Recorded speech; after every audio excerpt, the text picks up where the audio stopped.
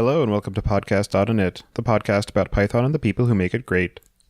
I would like to thank everyone who supports us on Patreon. Your contributions help to make the show sustainable. When you're ready to launch your next project, you'll need somewhere to deploy it, so you should check out Linode at www.podcastinit.com/Linode and get a $20 credit to try out their fast and reliable Linux virtual servers for running your app or experimenting with something that you hear about on the show. You can visit the site at www.podcastinit.com to subscribe to the show, sign up for the newsletter, read the show notes, and get in touch. To help other people find the show, please leave a review on iTunes or Google Play Music, tell your friends and coworkers, and share it on social media. Your host as usual is Tobias Macy, and today I'm interviewing Mike Kennedy about his work scaling his apps and his business. So Mike, could you introduce yourself? Yeah. Hi, Tobias, and hello, everyone. Thank you for having me on your show. I'm Michael Kennedy, and I've been running a couple of Python podcasts, doing some Python courses, and just generally trying to be out there in the community and doing things to help everyone. So I'm doing the Talk Python to Me podcast, the Python Bytes podcast, and like I said, classes to sort of follow along and some of the interest there. And in some of the more recent episodes of your podcasts, you've mentioned the work that you've been doing to migrate your applications to run on Mongo. So I'm wondering if you can just start by describing a bit about the business uses for those applications and what the initial design looked like. Sure. So I'm a huge believer of don't let the perfect be the enemy of the good. And so I'm always about like, how can we get something started quickly? How can we get something that is super simple in place? And then if we need to, if the thing is successful or takes off or whatever, we can design it a different way. But let's design it first, optimizing for getting something out there and seeing what the world thinks. So with that in mind, I created my original websites for the podcast as well as for the training site, just running on SQLite.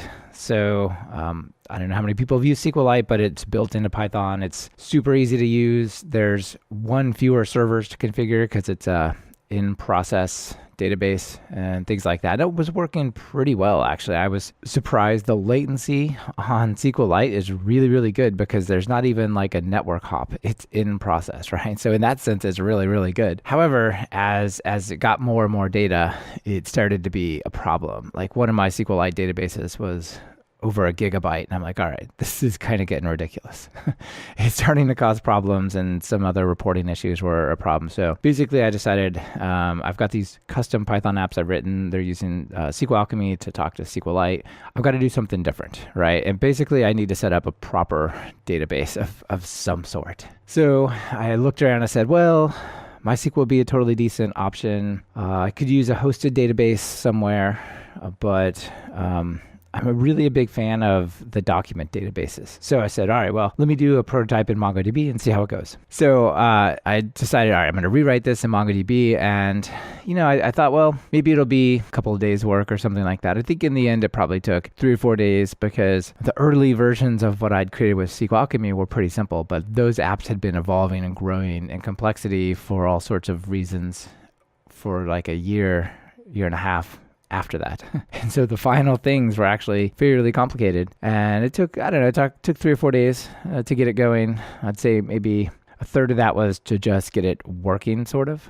It would seem like working. And then a third was performance tuning. And then a third was, wait, why doesn't that work anymore? What happened to this? The little bugs that like the differences between a relational database and a document database, or just SQL Alchemy and what I was using to talk to MongoDB, those differences, they started showing up in little edge cases.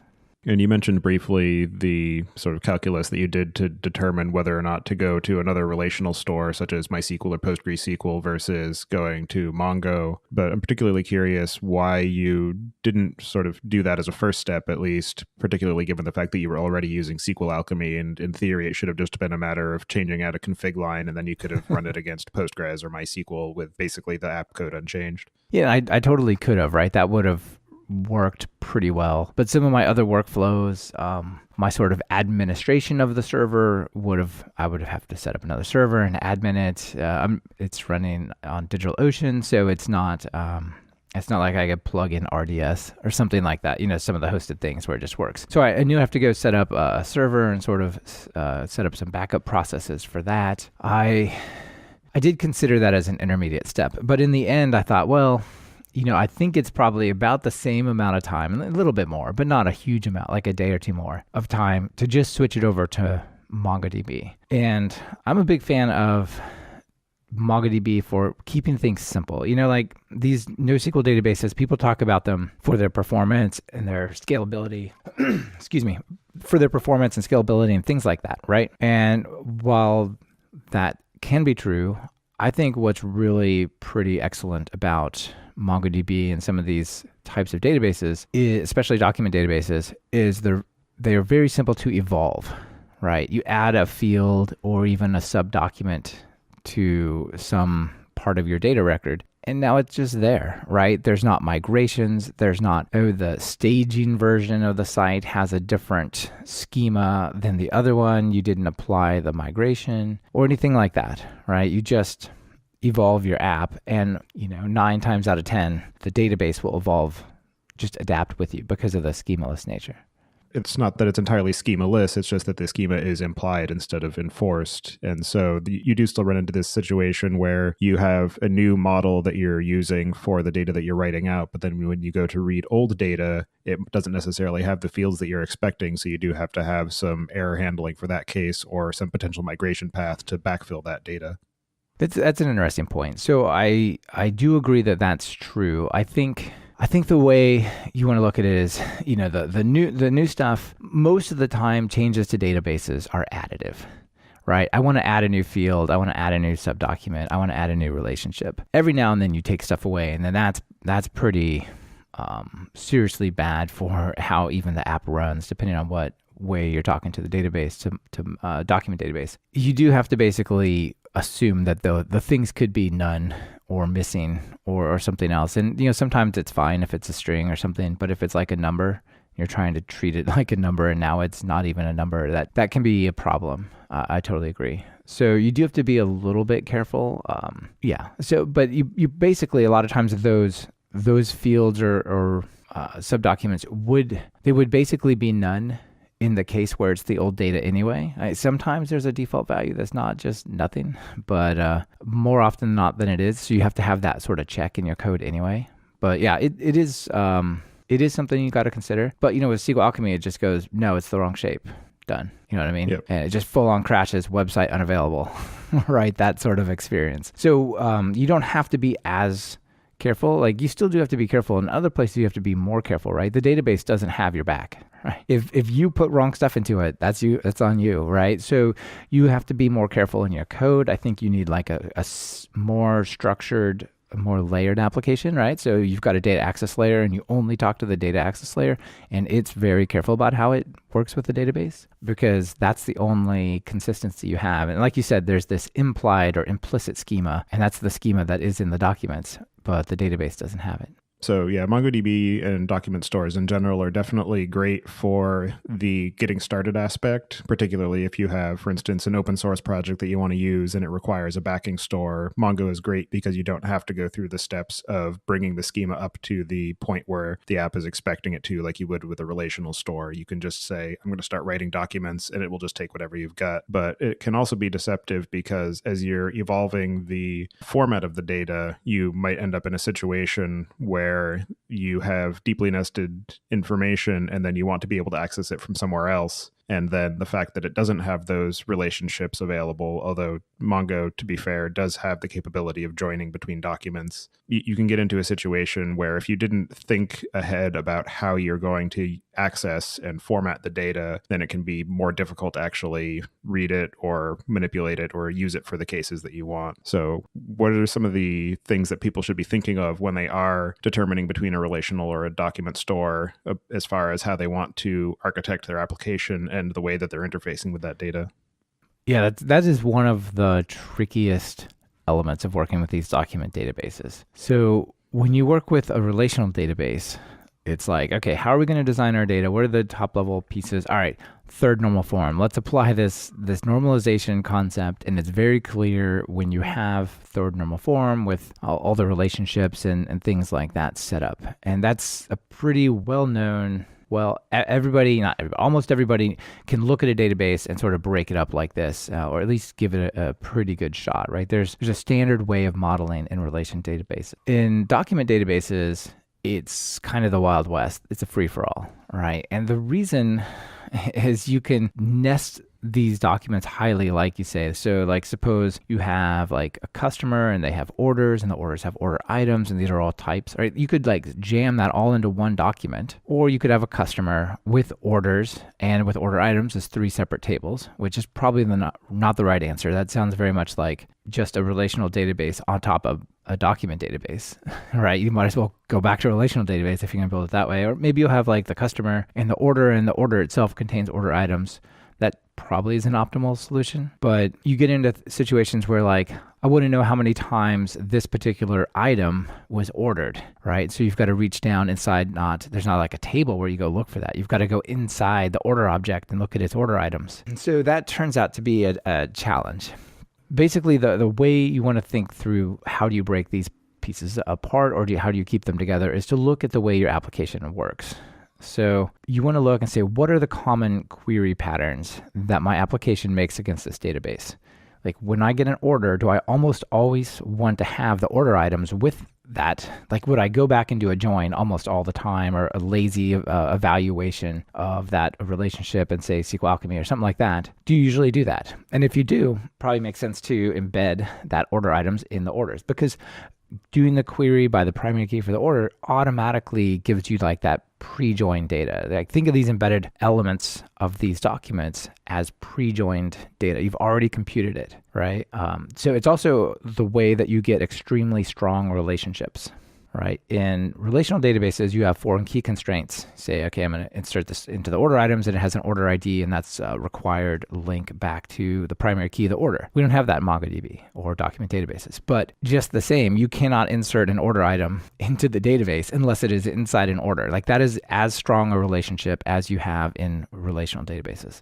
So this nesting is the way that you get those guaranteed relationships, as opposed to like the soft in application weak relationship from the customer object over to the order, which is not embedded, right? So you want basically the challenge is, when do you embed these objects like order items into order, and when do you keep them like separate, like customer and order? So I would say the rule of thumb that you work with is, what are your application's query patterns? Do you most of the time want the order items when you want the orders? Then embed it. If you most of the time don't, it's only going to slow things down. It's more network traffic, and it makes the queries that you're talking about harder.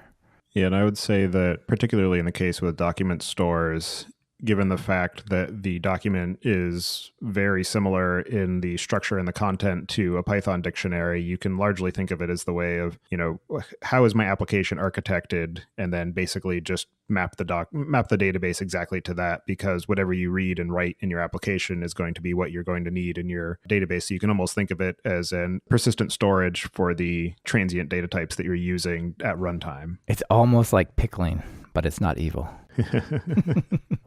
With all the versioning and other weirdness that pickling has, the security issues and whatnot. Yeah, right. So I totally agree. And that's one of the simplicities, right? You often hear about the object relational impedance mismatch, where like in memory, you have this hierarchy of things, but in the database, you shred it into a bunch of little pieces with related tables and put it in there. And then you get it back out, you reassemble into an object graph, you save it, you shred it back into the pieces, right? In the document databases, it's like you can take the thing from memory and turn it into a JSON variation in same shape, same relationships and everything. So I think it makes programming a little more intuitive about the data layer, right? Like you're not going through these back and forth gyrations all the time. What you have in memory is very often what you have in the database, for the reasons you're talking about. And bringing it back to the business need that you were trying to address in the first place, I'm curious what was happening in your day-to-day that was precipitating the need to be able to actually grow your data layer and evolve the application in such a way. Well, yeah, to be fair, the thing had fully outgrown what the way I was using SQLite. So definitely that was like, I need to go somewhere else. I totally believe that it would have been fine to go to MySQL or Postgres. But if I was going to move away from this simple version that I had, and I needed to because like just one of the databases was gigs of data, and even trying to do like basic reporting on it would like lock it up and cause like operational issues. So I knew I had to move it to a proper database on a dedicated database server, things like that. So then the question came down to, well, if I'm going to put in a couple of days' efforts to rework my infrastructure for my various websites, what do I want the final outcome to be? And I could put in a couple of days and get to MySQL, or I could put in a couple of days to get to MongoDB. And for me, operating and running MongoDB is just a nicer experience than running MySQL or other relational databases. So I'm not picking on that one in particular. And so as you were going through the process of reworking how your application talked to your data layer, how did you manage to perform the cutover in a way that it didn't cause a lot of downtime or introduce a lot of regressions into the application while still making sure that the data that you were reading and writing out of the data store was bit for bit compatible?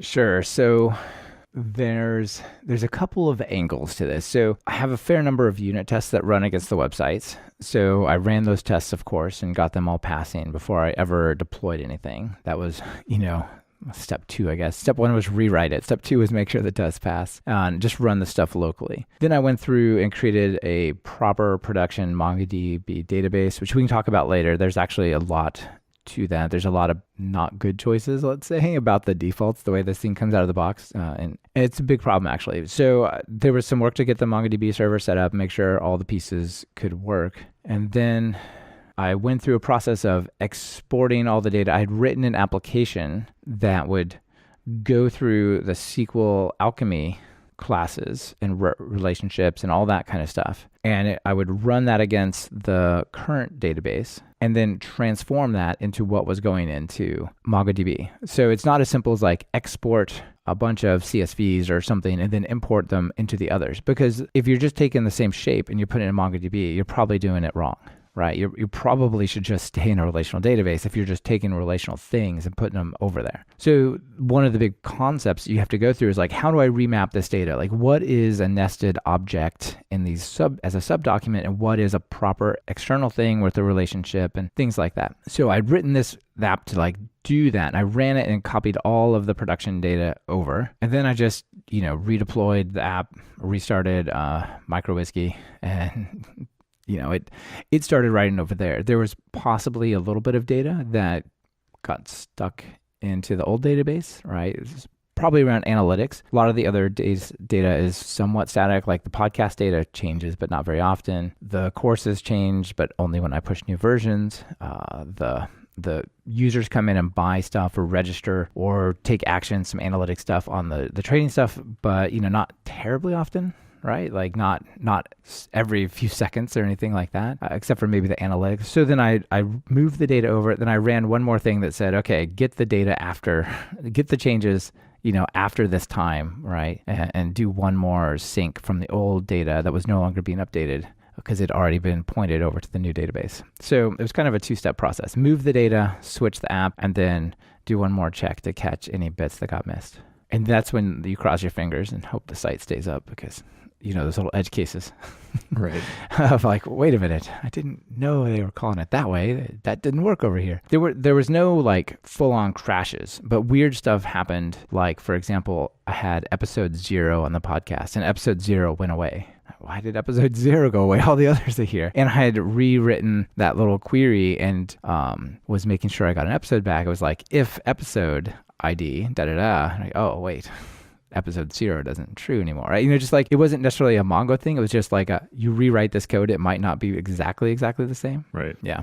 But yeah, it wasn't too major. A couple of customers who had some classes sent me like, this is not working exactly right anymore, and I had to fix it. But it was all good. Right. Yeah. The application development is easy until you have to introduce state into the equation, and then everything becomes hard.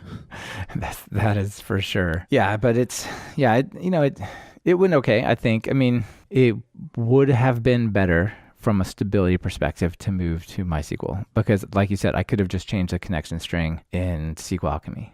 But since my final goal was to move to a different kind of database, like going through that intermediate stage would have just been more work if I felt like I could just get it done. Yeah, and it sounds like a big part of the reason for wanting to go to the document store is because of the fact that you wanted to have that ease of evolution of the application as your business needs change, particularly as the business continues to grow and you add new offerings. Yeah, absolutely. So basically my deployment process is over SSH, I run a script, it grabs the latest version of a certain branch, restarts the worker processes, and that's it, right? It does kick off some notifications to like roll bar and things like that, but that doesn't really matter, right? That's just a notification to me, basically. But yeah, so I don't have to go through a lot of gyrations to like evolve the tables, like that's the thing that you always ran into with SQL Alchemy, or it's not their fault, any relational database, right? But SQL Alchemy says like if the table doesn't match the shape of your class, we're in a big problem, have a big problem, it's not going to run right, basically. And so anytime the database and the data definition in your app gets out of sync, you've got to really carefully manage that switch over so the database and the app are changed like at the same time. And now I don't have to manage that database side because it just sort of evolves to be what's defined in the app itself. Right, because even if the migrations work properly, but then you find a bug in the app that necessitates a rollback while you figure out how to address the issue, then all of a sudden you have to worry about making sure that your reverse migrations are working the way you want. And if it adds a column that's required and then it goes to remove it, it might cause other bugs. So yeah. Yeah, and it's just this cascading change all of that stuff happens at the worst possible time. It's not like you've had your coffee and you're kind of ready and rejuvenated Monday morning. No, this is like when you're deploying and then you pull up the website and it's like 500 server unavailable. You're like, oh no, like you're totally at like max stress when you're trying to like solve this cascading change of issues, which is just, you just don't have to even worry about that kind of stuff for the most part. Like you said, you do have to go like, maybe this data doesn't exist, but it doesn't completely die.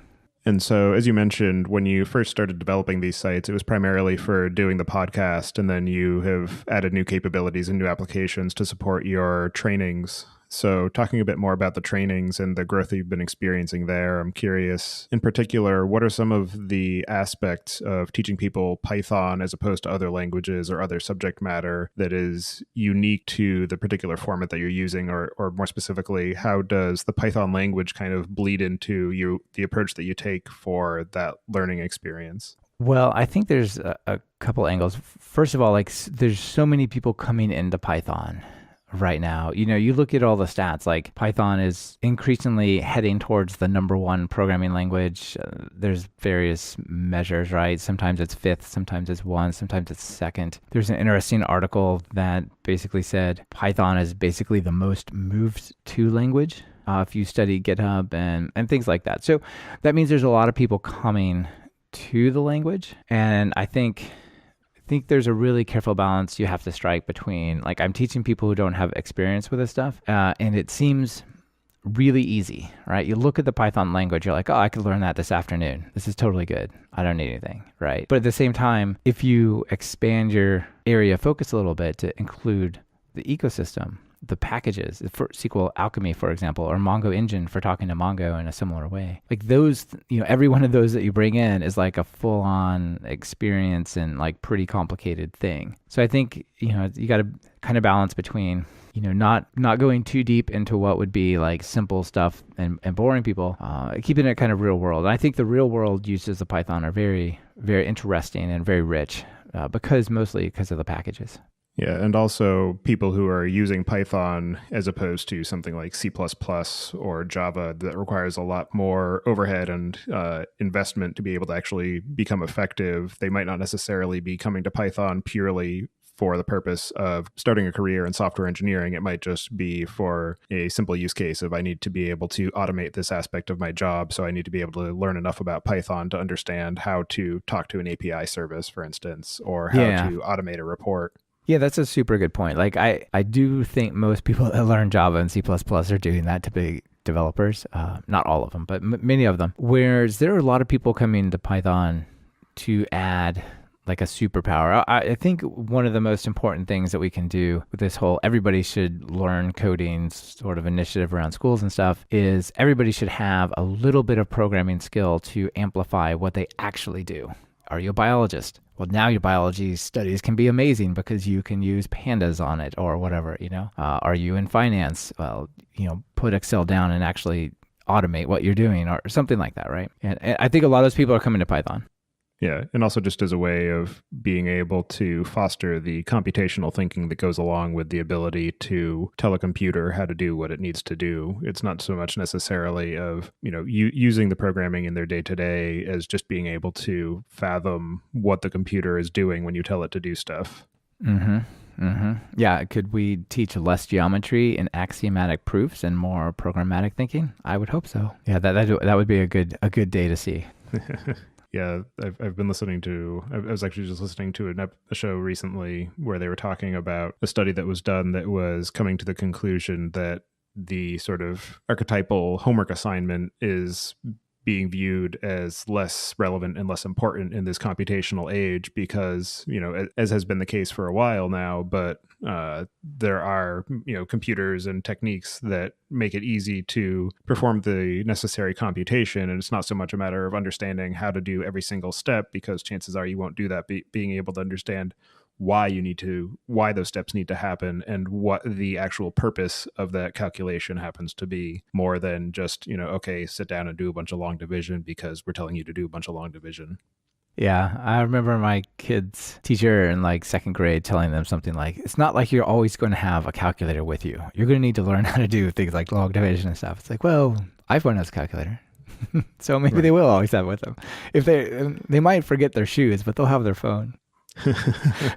So going back to the data layer, you started off using SQL Alchemy, and with Mongo, there are a few different options for being able to talk to it, whether just directly using the Mongo JSON format, or there are also some higher level APIs that provide a bit more structure in terms of that data access layer. So I'm wondering which side of the fence you landed on, where you're just writing and reading dictionaries to PyMongo, or if you're using something, one of the Mongo ORMs or ODMs rather. There's two ways to look at this. One, I had already written things in SQL Alchemy.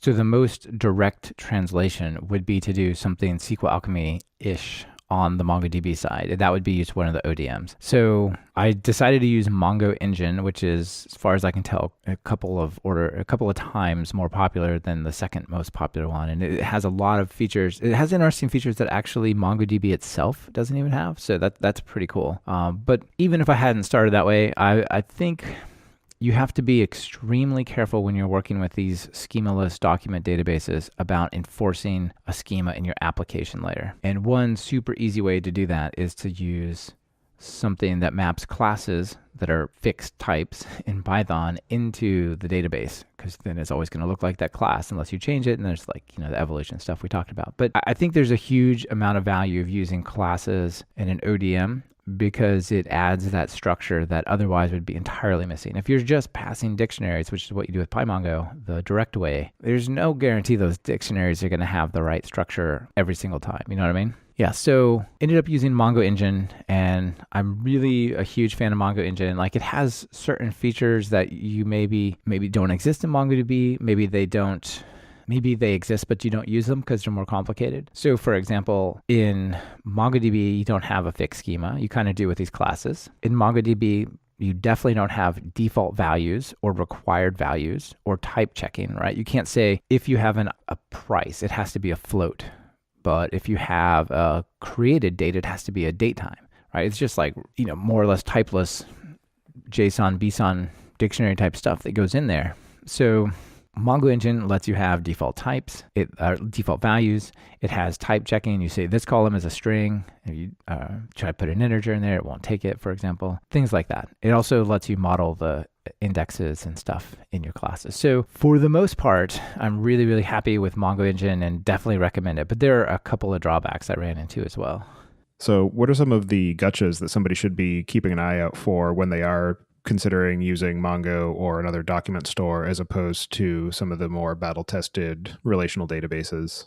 I think there's a couple of areas, just to round out the MongoDB Mongo Engine sharp edges. I would say the primary sharp edge there is the speed of serialization.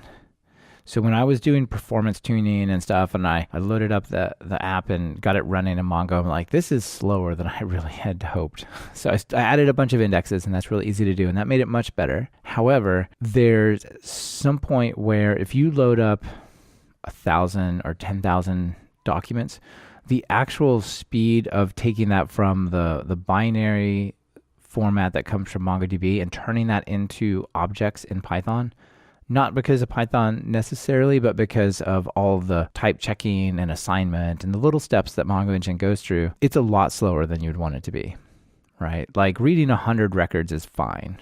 Reading 100,000 records, that's like probably seconds of serialization if they're like big, rich documents. So I would say be very careful of the serialization speed of Mongo Engine. That's not a MongoDB thing. That's a Mongo Engine thing. So maybe you would drop down to PyMongo for certain types of things if you had to do that much data at once, but probably just do paging or do like some kind of analysis in the database and just get a few results back. But in MongoDB itself, there's been a couple of decisions that this product has sort of made, or people make this product made, and it's gone through over time that have really resulted in some horror stories.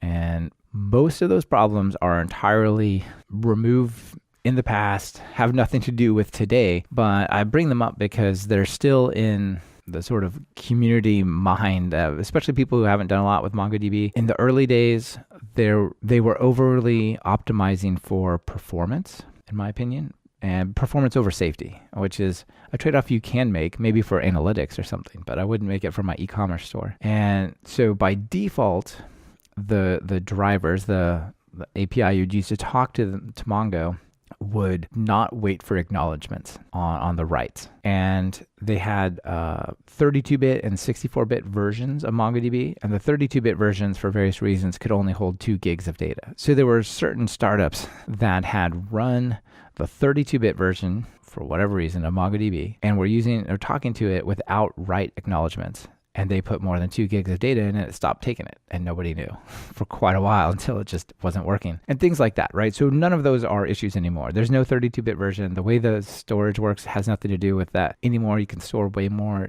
data. The write acknowledgements are required by default unless you turn them off, all those kinds of things. So there's a lot of former sharp edges that don't make any sense. Another one would be journaling. In the early days, the redundancy data backup was meant to be done via replication. So I have like 3 MongoDB servers that are always triplicate in sync. If one crashes, it's fine. The other one will just pick it up. And under very rare circumstances, a certain type of crash could lose some data because it hadn't been saved to disk yet. But it's fine because there's this replica set and it'll just pick up. But most people were actually running MongoDB as a standalone server. So this replica safety that they had assumed was there wasn't there, right? And so then, again, that led to a bunch of Hacker News posts and all sorts of negative press about it. That again is gone, right? Those now is like the same type of journaling that the relational databases have, and single servers don't lose their data, things like this, right? So all those things are sort of what was in the past. And if they had just said from the beginning, this thing's going to have journaling, from the beginning, we're going to have a mode that works really well as a standalone server if it's not in a replica set. Things like that. There would have been so many more good things and less bad things said in certain circumstances. But that said, there's still some things that are really, really, you have to watch out for. And I would say the 2 major things you have to watch out for if you're going to run MongoDB. First, there is no authentication by default. You go and you apt install MongoDB-org or whatever it is, and you get a database that if you put it on the internet, people can log into it from anywhere on port 27017, and they can just read your data or write your data all day long. What do you think? Does that sound good? Absolutely not. Particularly as somebody who runs operations for my living. It's such a bad definitely idea. Something to be avoided. It is such a bad idea. Yeah, and it goes a bit into the broader issue of just devices in general having default passwords that don't prompt you to change them, such as Wi-Fi routers or wireless cameras, where anybody who wants to can then access it and use it for their own nefarious deeds. All right, like DDoS, for example. Yeah. So if I were king of MongoDB, I'm not, but if I was, I would say MongoDB will not listen on anything other than localhost unless you have authentication turned on and required, period. It just won't even listen on the network, right? But that's not the way it works now. If you install it, I think on Linux, it does only listen on localhost, or possibly Brew install it on Mac. I'm not sure. But people go, well, it needs to listen on the network, turn it on, right? And then you end up with all these horror stories. Like there's this crazy horror story of a whole bunch of MongoDB databases that got ransomwared. and all their data was gone. And there was like a one record in the database saying like, send us a Bitcoin to this address. And of course they didn't back up your data. They just erased it, right? Because it's too much work to back it up. So that's part of that story. The other one that goes along with it, this is less bad, but it's still non-trivial, is it doesn't run encryption by default. You can turn it on, but it doesn't do encrypted communication by default. So if you're going to talk to this thing over a network, make sure it's a virtual private network or something in your data center that really locks it down, or absolutely make sure it has a username and password. You can go farther. You can restrict the IP addresses that get to that port or change the default port, all sorts of things. But at a minimum, be careful of that. So I guess the rough edge that still exists very clearly is this whole authentication encryption thing. Like, it shouldn't be able to listen on the public network if it doesn't have those things turned on, but that's how it works. Yeah, so for anybody who is interested in running this in production, if you don't have experience doing production deployments and running things in operations, then please find somebody who does have that experience and ask them questions, because chances are they'll be happy to provide answers. Yeah, absolutely. There's a security checklist at mongodb.org, I can't remember. And there's also an option of just doing this as a hosted service. So mlab.com. They actually have a free hosted MongoDB for like 500 megs. And then beyond that, you can pay for like MongoDB as a service. I think Rackspace, Object Rocket might have one as well. And MongoDB themselves also has a hosted option now, the Mongo Atlas. That's right, they do. Yeah, and so basically Mongo Atlas, you kind of give them permission to configure your AWS account. Like, here's my AWS keys. And they're like, great, we'll make you 3 servers and set them up for you safely, automatically. Yeah, that's how that works, I think. But yeah, there's definitely some sharp edges about hosting MongoDB. So if you haven't done it before, make sure you're a little bit careful, because these are things that are not obvious. Like, oh wait, there's literally no account required unless I add one. Like that, I didn't know that. Well, that's why you have a Bitcoin number in where your data used to be. So for anybody who wants to learn more about using MongoDB, and in particular using it with Python, what are some resources that you recommend? Well, there's a couple of things. MongoDB themselves just had their yearly conference, MongoDB World. And so if you search MongoDB World 2017 videos, they have a bunch of videos and examples and stuff. Now, these are not really tutorial style in the sense. They're not like, we're going to get you started from here to there. It's more showcasing features and whatnot. But if you're interested in like a lot of high level stuff, see how other people are using it, maybe they solved a certain problem and they talked about it there, you can watch those videos. That's pretty good. MongoDB has a course, a free course, I think. You can go take that. It's quite academic, in my opinion. It is Python, but it feels, I don't know, it doesn't feel like you're building a real app. It feels like you're kind of poking at the database a little bit, and that's fine. You do learn some things that way, but you can check that out. You even get certified there.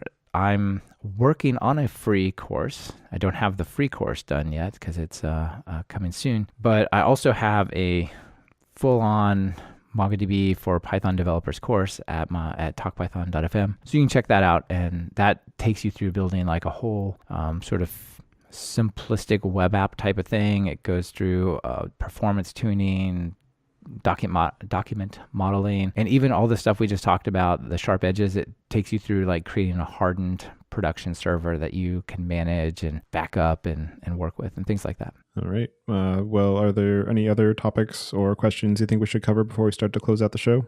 Not really. I guess maybe let me leave everyone with this, like from a developer side, not necessarily from an operations side.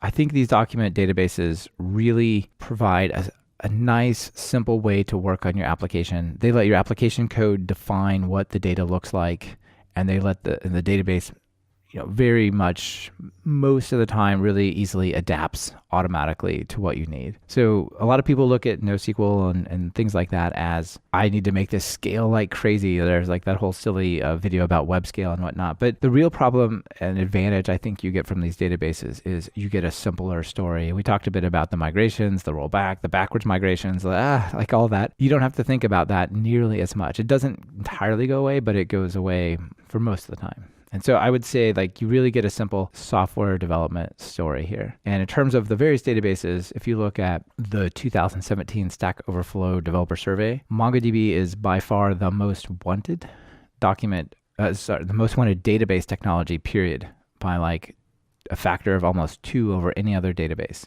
including Postgres, including MySQL, including other document databases, and also one of the most loved. So MongoDB of those various choices is a pretty solid one.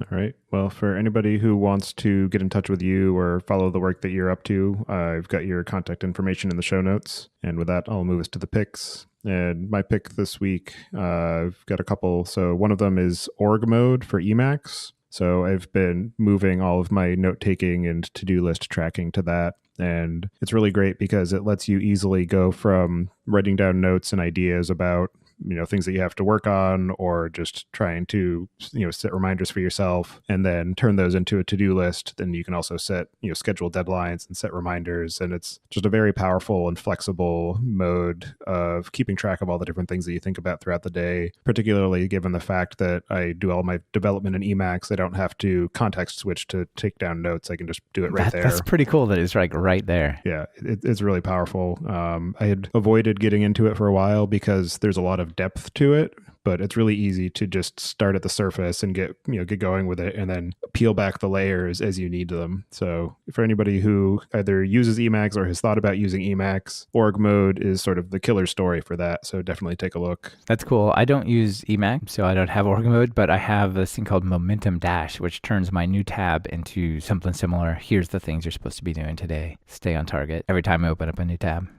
And then my other pick this week is the podcast LeVar Burton Reads. So for anybody who isn't familiar with who that is, he started his career with a show called Reading Rainbow, where he would read books to kids on public television. And now he has moved to reading pieces of short fiction to adults on podcasts. And so each week he picks a different short story, reads it aloud. It has great performance, great production quality, and it's just a lot of fun to be able to actually fit that into your day, because it's not a full novel. It's just little bite-sized pieces, and you get to sort of experience a good performance and a good story that's curated and handpicked by somebody who is very much adept at and steeped in storytelling. So for anybody who likes a good story, I definitely recommend checking that out. And with that, I'll pass it to you. Do you have any picks for us this week, Mike? I do.